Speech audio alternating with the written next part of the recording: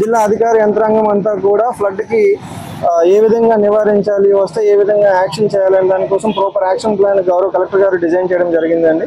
దానికి అనుగుణంగానే గొట్టా బ్యారేజ్ దగ్గర ఎవ్రీ అవర్ ఎంత ఫ్లో వస్తుంది, ఎంత ఫ్లో రిలీజ్ చేయాలి, ఏ విధంగా హ్యాండిల్ చేయాలి అనేది ఎస్సీ గారి ఆధ్వర్యంలో ఈఈ గారు, ఇక్కడ నర్సన్నపేట ఈఈ గారు ఎవ్రీ అవర్ అప్డేట్ చేస్తూ ఉన్నారు.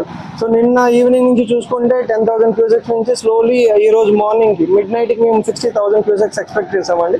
సో 60,000 మోరల్లెస్ రీచ్ అయ్యాము. మార్నింగ్కి almost 80,000 cusecs. Now we are at the edge of 90,000 cusecs.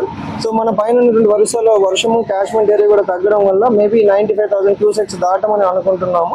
Already second warning ఇవ్వడం జరిగింది. 40,000 క్యూసెక్స్కి ఫస్ట్ వార్నింగ్ ఇస్తామండి, 80,000 క్యూసెక్స్కి సెకండ్ వార్నింగ్ ఇస్తాం.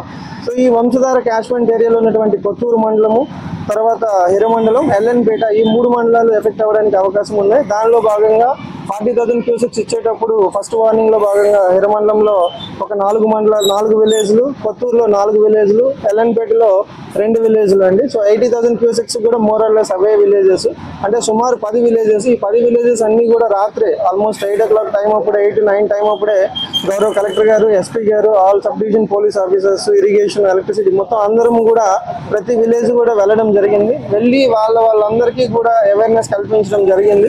సో ఈ విధంగా ఫ్లడ్ వస్తుంది, మీకు ఏమైనా ఇబ్బంది ఉంటుంది అని కూడా చెప్పడం జరిగింది. వాళ్ళందరికీ కూడా వాళ్ళున్న అనుభవాల దృష్ట్యా ప్రభుత్వంతో వాళ్ళు సహకరించారు. సో ఇంతవరకు ఎక్కడ కూడా ఎటువంటి అంటుబడి ఇన్సిడెంట్ జరగలేదు. భగవంతుడి దయ వల్ల అధికార యంత్రాంగం అంతా కూడా ప్లాన్ గా ఉండడం వల్ల ఇంతవరకు ఎటువంటి ఇన్సిడెంట్ కూడా జరగలేదు.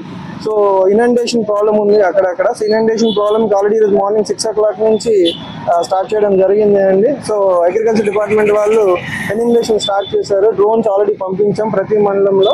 So more or less we are expecting inundation in Kothuru and Hiramandalam. So ఎక్కడైతే ఉందో డ్రోన్ విజువల్స్ అన్ని కూడా ప్రాపర్గా చేసేసి దానిని గవర్నమెంట్కి మేము సబ్మిట్ చేస్తాం. ఎటువంటి ఏ రైతుకి కూడా పంట నష్టం ఏమైనా ఉన్న దాన్ని మేము ప్రాపర్గా ఎన్యూమరేషన్ చేసి ప్రభుత్వం దృష్టిలో పెట్టి వాళ్ళకి నష్టపరిహారం వచ్చేటట్లు చేస్తామండి.